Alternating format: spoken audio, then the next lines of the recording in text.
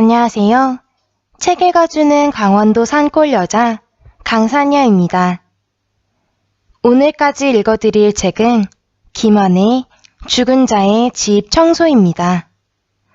짧지만 의미 있는 시간이 되시길 바라며 황금이여 언젠가는 돌처럼 시작합니다. 이 산을 명하여 여기서 저기로 옮겨지라 하면 옮겨질 것이요.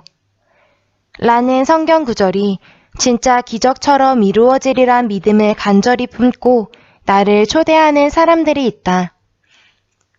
집안에 쓰레기를 모으고 버리지 않는 사람들인데 쓰레기를 쌓고 또 쌓다가 결국 집안에 작은 언덕과 산을 만들고는 이사를 앞두고 전전긍긍하다 결국 나 같은 청소업자를 부른다.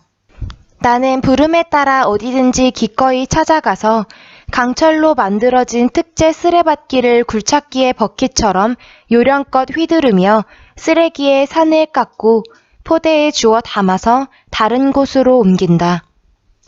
말이 쉽지 기적이 일어나지 않는 한 쓰레기를 퍼담고 치우는 과정은 치열하고 고통스럽다. 에베레스트에 오르는 조지 멜러리가 아니더라도 누구나 산 아래에 서면 인간이 얼마나 초라하고 무력한 존재인지 본능적인 깨달음이 온다. 내가 과연 이 산을 해치울 수 있을까? 매번 뭉게뭉게 피어오르는 의심의 안개를 가라앉히는 마음의 훈련이 필요하다. 쓰레기 산을 옮기는 데는 고작 겨자씨 한 알만큼의 자신감으로는 전혀 충분하지 않으니 동료와 함께 주문이라도 외워보자. 태산이 높다 하되 지붕 아래 왜이로다. 참으로 불가사의한 것이 있다면 쓰레기가 극도로 쌓인 집은 동전과 지폐가 아무 곳에나 흩어져 이리저리 나뒹군다는 점이다. 꽤 오랫동안 이런 집을 맡아왔지만 예외 사례를 찾기가 더 힘들다. 돈이 음식물에 뒤섞여 방바닥에 잔뜩 흩어져 있고 책상 위나 싱크대 위, 화장실을 가리지 않고 곳곳에 애넘느레하게 널브러져 있다. 심지어 탕수육 소스가 담긴 그릇이나 변기 안에서 동전을 끄집어낸 적도 있다. 마침 지진이라도 일어나 그대로 매몰되면 현행 화폐가 걸쭉한 전분 소스에 코팅되어 또렷하게 보존된 화석으로 발견될지도 모른다. 돈과 쓰레기의 구별, 즉 가치 있는 것과 없는 것의 경계가 허물어져 자본주의적 특징을 무색하게 만드는 이 상황. 쓰레기를 모으는 이야말로 황금보기를 돌같이 하라는 청빈 사상을 몸소 실천하는 군자인지도 모른다. 악학괴범을 집대성한 조선의 대표적인 뮤지션이자 만담가 성현이 쓴 수필집 용제 총화에 최영 장군의 붉은 무덤에 얽힌 기이한 설화가 실려 있다. 고려 문신으로서 사헌부 간관을 지낸 바 있는 최원직의 견금요토라는 유훈을 일생의 신조로 삼은 그의 아들 최영 장군이 우리나라에서 대표적인 청빈의 아이콘이 되는 과정이 재미나게 묘사되어 있다.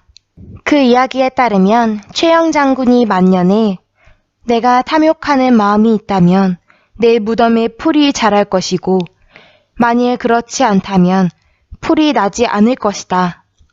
라고 후원장담했는데 최영이 죽은 뒤 실제로 무덤에 풀 한 폭이 자라지 않아서 여전히 붉은 흙만 덮여 있었다고 한다.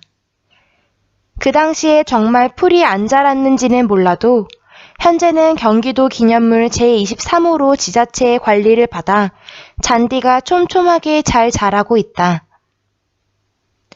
집안의 쓰레기를 극단적으로 모으는 이야말로 돈보기를 쓰레기처럼 하니 고려에서 시작된 최원직의 유훈을 이어받아 몸소 실천하는 우리 민족혼의 계승자라고 할 만하다. 이런 군자의 집을 청소하러 온 일개 청소부에 불과한 나는 황금을 돌처럼 보기는커녕 10원짜리 동전 하나도 빠뜨리지 않고 주인에게 돌려줘야 한다.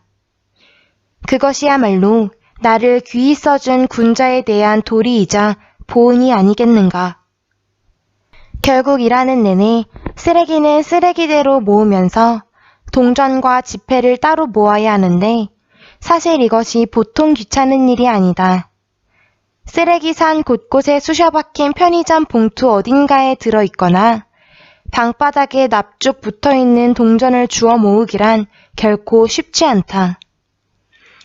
동전을 집어 올리고자 매번 고무장갑을 벗기도 번거롭거니와 그때마다 윗몸을 굽혔다가 펴자면 허리가 들쑤신다. 또 조금만 부주의하면 쓰레받기 안에 피자 조각 따위와 함께 동전이 담긴다. 사금 채취용 펜을 물에 담가서 모래를 뜨듯 쓰레기를 먼저 걸러낸 뒤 사금을 고르듯 남아있는 동전만 걷어내자면 걸리는 시간도 만만치 않다. 아직 이 일을 시작한 지 얼마 되지 않았을 때는 이 과정이 진절머리 나고 화가 솟구쳐서 이런 반문이 절로 터져나왔다. 아니, 도대체 왜 이들은 돈 관리에 이토록 허술한가? 비록 적은 금액일지언정 동전이나 지폐를 이따위로 쓰레기 속에 내팽겨쳐 두는 것이 온당한가?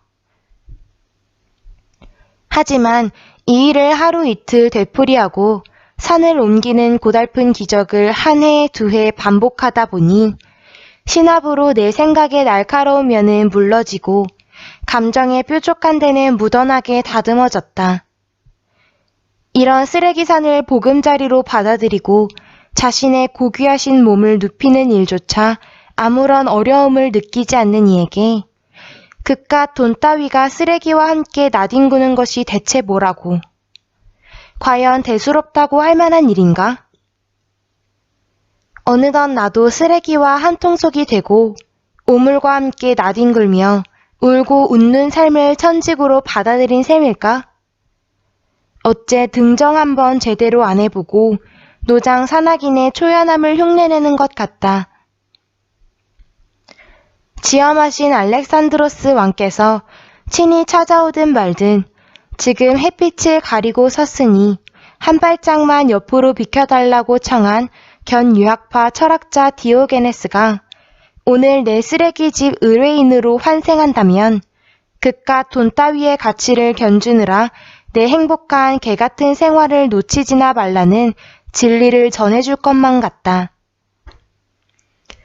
오늘도 쓰레기에서 돈을 골라내는 과정이 차마 즐겁다고 말하지는 못하겠지만 그런대로 견딜만하다.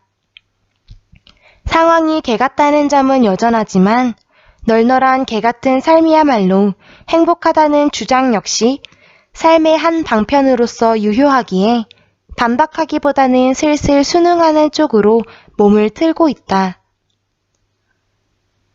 황금이여, 언젠가는 침묵의 돌처럼, 쓰레기여, 어느 날에는 빛나는 정금처럼, 귀하고 천함의 분별에서 자유를 찾은 자에게 모든 순간이 행복이여라.